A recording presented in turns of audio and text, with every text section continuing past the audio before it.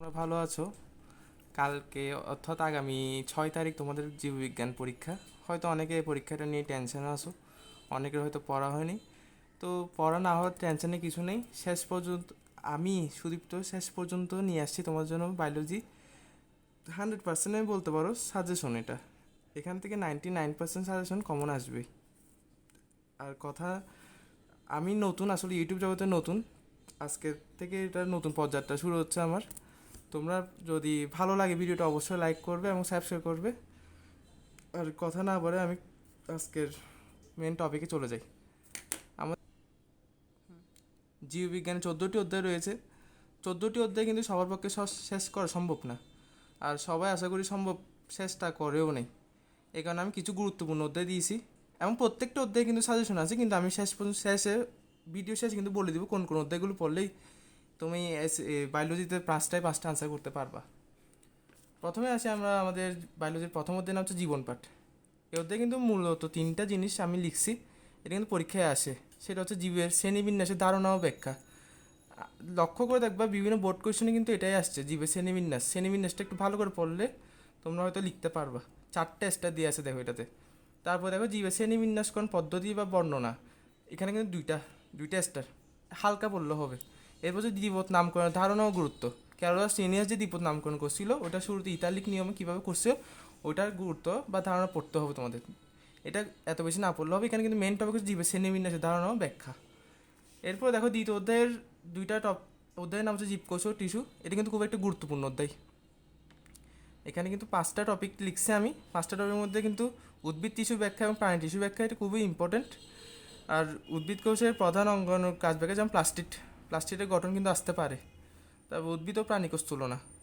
আর হচ্ছে স্নায়ু, পেশি, রক্ত, ত্বক এবং অস্থির কাজ সুষ্ঠুভাবে কীভাবে সম্ভব হয় এটা।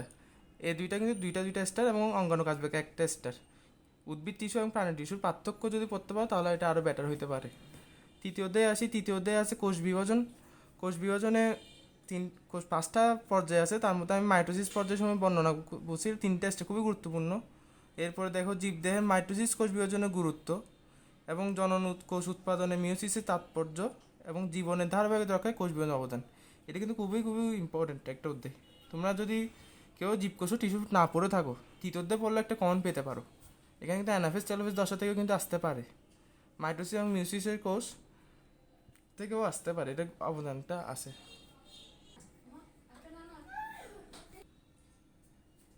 এখন আমরা দেখবো চতুর্থ অধ্যায় জীবন শক্তি। এটা কিন্তু খুব একটা গুরুত্বপূর্ণ অধ্যায়। এখানে সালোকসংশ্লেষণ প্রক্রিয়ায় শর্করার প্রস্তুতি ব্যাখ্যা, সালোকসংশ্লেষণ ক্লোরোফিল এবং আলোর ভূমিকা, সালোকসংশ্লেষণ উপর জীবের নির্ভরশীলতার কারণ, স্বভাবত অবশেষণ ধারণা ও গুরুত্ব ব্যাখ্যা, সালোকসংশ্লেষণের মধ্যে তুলনা। এই কিন্তু এখানে কিন্তু সবচেয়ে ইম্পর্টেন্ট হচ্ছে সালোকসংশ্লেষণ ক্লোরোফিল এবং আলোর ভূমিকা, আর এটা হচ্ছে ধারণা ও গুরুত্ব, যেখানে ট্রিপল স্টার। তোমরা হয়তো যারা ভিডিওটি দেখবে তারা এই ট্রিপল স্টারটা একটু করে বেশি গুরুত্বপূর্ণ ভূমিকা সহকারে দেখবে। এরপরে আমরা দেখি পঞ্চম অধ্যায় খাদ্য পুষ্টি পরিপাকে। এটা কিন্তু খুবই গুরুত্ব, এখান থেকে প্রশ্ন আসবে। এখানে সবচেয়ে ইম্পর্টেন্ট হচ্ছে বিএমআই হিসাব ও গুরুত্ব ব্যাখ্যা। এটা ছেলেদের ক্ষেত্রে বিএমআই এবং মেয়েদের ক্ষেত্রে বিএমআই, এটা হিসাবটা জানতে হবে। তারপর হচ্ছে আদর্শ খাদ্য পিরামিড ব্যাখ্যা, এটাও কিন্তু খুবই ইম্পর্টেন্ট। তারপরে খাদ্য অতিক মাত্রায় রাসায়নিক পদার্থ এবং রঞ্জক ব্যবহারের শারীরিক বিক্রিয়া বিশ্লেষণ, এটা হয়তো তেমন একটা নাও আসতে পারে, তাও দিছি আমি টু স্টার দিছি। তারপর হচ্ছে পৌষ্টিকতন্ত্রের প্রধান অংশ চিহ্নিত চিত্র অঙ্কন, অর্থাৎ যকৃত গাছ বর্ণনা, এগুলো কিন্তু 2 স্টার। আরও আছে কিন্তু এখানে অগ্নাশয়ের কাজ বর্ণনা, খাদ্য পরিপাকের এনজাইমের ভূমিকা, এটা কিন্তু 4টে স্টার।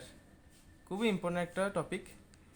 এই টপিকটি আসতে পারে অন্ত্রের বিভিন্ন সমস্যাজনক, যেমন আপনার গলগণ্ড, এগুলো কিন্তু আসতে পারে, গলগণ্ড রোগটা। এবার আমরা দেখি ষষ্ঠ অধ্যায় জীব পরিবহন। এটা একটা স্টার দেওয়া গেছে, এখান থেকে আসতেও পারে।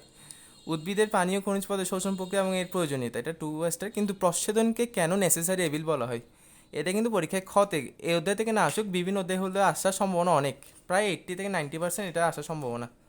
তারপর হচ্ছে রক্ত গ্রুপ বৈশিষ্ট্য বা ভিত্তিক রক্ত নির্বাচন, হৃৎপিণ্ডের গঠন ও কাজ বর্ণনা, হৃৎপিণ্ড সম্পর্কিত রোগের লক্ষণ ও কারণ ও প্রতিকার আসতে পারে। কিন্তু সবচেয়ে ইম্পর্টেন্ট এখানে হচ্ছে নেসেসারি এবিল কেন বলা হয়, আর হচ্ছে হৃৎপিণ্ডের গঠন ও কাজ বর্ণনা। 2 স্টার। একটু ট্রিপল স্টারগুলো আমি আবার বলছি, ট্রিপল স্টারগুলো ভালো করে লক্ষ্য করবেন। এবার আসি সপ্তম অধ্যায় গ্যাসীয় বিনিময়। এটা মূলত অনেকে পড়ে না, তাও কিন্তু একটু পরীক্ষা আসলেও আসতে পারে। তাই এখানে দুইটা স্টার দুইটা জিনিস দিচ্ছে: ফুসফুসের গঠন, কাজ বর্ণনা এবং শ্বসন তন্ত্রের রোগের লক্ষণ ও কারণ প্রতিকার। পড়লেও হবে, না পড়লে সমস্যা নেই। এরপর হচ্ছে রেচন প্রক্রিয়া। এটা কিন্তু খুব একটু গুরুত্বপূর্ণ অধ্যায়, এখান থেকে কিন্তু পরীক্ষায় আসবেই। এখানে বৃক্কের গঠন ও কাজ বর্ণনা 2 স্টার, নেফ্রনের গঠন ও কাজ বর্ণনা 3 স্টার, ডায়ালাইসিসের ভূমিকা 2টা স্টার এবং নেফ্রন চিহ্নিত চিত্র 4টা। অর্থাৎ নেফ্রনের চিহ্নিত চিত্রটা যদি ভালো করে রাখতে পারো তুমি, কিন্তু কালকে অবশ্যই 6 তারিখে পরীক্ষায় ভালো একটা কিছু করা যেতে পারে। এরপর দেখি নবমদের দৃঢ়তা প্রধান ও চলন, বিভিন্ন প্রকার অস্থি ও অস্থিসন্ধির কাজ ব্যাখ্যা। যেমন একটা উদাহরণ রাখছি সাইনোভিয়াল অস্থিসন্ধি, এটি কিন্তু প্রতি বোর্ড পরীক্ষায় আসে, এবারও আসার সম্ভাবনা আছে। 3 স্টার। টেন্ডন ও লিগামেন্টের কাজ ব্যাখ্যা 2 স্টার, এখানে পার্থক্য আসতে পারে এটার। এরপর আমরা দেখি দশম অধ্যায় সমন্বয়, এখান থেকে প্রতি বছরের পরীক্ষায় আসে, গুরুত্বপূর্ণ অধ্যায় লিখা আছে, 3 স্টার দিয়ে আছে। স্নায়ুতন্ত্রের প্রধান অংশসমূহ কাজ ব্যাখ্যা, তারপরে দেওয়া আছে নিউরনের গঠন ও কাজ ব্যাখ্যা, এটা প্রতি বছর পরীক্ষায় আসে, 4 স্টার। এরপর প্রতিবর্তী ও প্রতিক্রিয়া ব্যাখ্যা 2 স্টার এবং অ্যাস্ট্রোকের কারণ প্রতিক্রিয়া। এটা যদি অ্যাস্ট্রোকের কারণটা দেওয়া হয়েছে, মূলত ধরেন কোনো কারণে যদি রোগ দিতে হয় তাহলে অ্যাস্ট্রোকটা সবার আগে থাকে। এবার চলে যাবো আমরা একাদশ অধ্যায়, জীবের প্রজনন। এটা খুবই গুরুত্বপূর্ণ অধ্যায়। এখানে দিয়ে আছে সপুষ্পক উদ্ভিদের জীবনচক্রের সাহায্যে উদ্ভিদের যৌন প্রজনন ব্যাখ্যা, অর্থাৎ জীবের প্রজনন এখানে সবচেয়ে আসে, এই টপিকটাই বেশি আসে। এরপর দেখো বহিনিষেক এবং অন্তর্নিষেকের পার্থক্য, 2 স্টার দিয়ে আছে। অস্টিওপরোসিস এবং আর্থ্রাইটিসের কারণে 1 স্টার। অধ্যায়টা কিন্তু খুবই ইম্পর্টেন্ট, এবং এখানে 2টা চিত্র কিন্তু খুবই বেশি আছে, একটা হচ্ছে পুং গ্যামেটোফাইট ও আরেকটা হচ্ছে স্ত্রী গ্যামেটোফাইট। এরপর আমরা 12তম মধ্যে দেখি জীবের বংশগতি বিবর্তন, এটা গুরুত্বপূর্ণ মধ্যে, এটা পড়লেও হবে। এখানে আছে ডিএনএর গঠন ব্যাখ্যা, বংশগতি তত্ত্ব সাধারণত, ডিএনএর ভূমিকা, ডিএনএ টেস্টের প্রয়োজনীয়তা, জেনেটিক ডিসঅর্ডারের কারণ, ডারউইনের প্রাকৃতিক নির্বাচন মতবাদ, ম্যান্ডেলের বংশগতির সূত্র এবং ডিএনএ আরএনএ পার্থক্য। সবচেয়ে ইম্পর্টেন্ট ম্যান্ডেলের বংশগতির সূত্র এবং ডিএনএ আরএনএ পার্থক্য, আর হচ্ছে ডিএনএ গঠন। এগুলো একটু ভালো করে দেখবা। আমরা 13 অধ্যায় দিই নাই, কারণ 13 অধ্যায় হয়তো অনেকে পড়ে নাই, এই কারণে আমরা 14 অধ্যায় দিয়েছি। 13 অধ্যায়টা বোর্ড কোয়েশ্চেনগুলো পড়লেই হবে। এবং 14 অধ্যায় আছে জীব প্রযুক্তি। সবচেয়ে এখানে বেশি আছে টপিক 3টাই দেওয়া হয়েছে: টিস্যু কালচার ব্যাখ্যা, জীব প্রযুক্তি 3 স্টার, শস্য উৎপাদন, টিস্যু কালচার ব্যবহার বর্ণনা, শস্য উৎপাদন, জেনেটিক ইঞ্জিনিয়ারিং ব্যবহার। এখানে সবচেয়ে বেশি আছে জীব প্রযুক্তি এবং শস্য উৎপাদন, জেনেটিক ইঞ্জিনিয়ারিং ব্যবহার। এরপর আসি আমরা এমসিকিউ সাজেশনে। এমসিকিউ আসলে বোর্ড কোয়েশ্চেনগুলো পড়লে হবে, এখানে তাও 4-5টা বোর্ড নাম দিচ্ছি: 2022, 2020, 2019, 2018-17 সালের সকল বোর্ডের এমসিকিউ যদি তোমরা যদি পড়ো, তাহলে বায়োলজিতে 25টার মধ্যে অন্তত 24টা কমন হতে পারে। ভিডিওটা সবার কেমন লাগছে এটা সবাই কমেন্ট করে জানাবে। ওকে।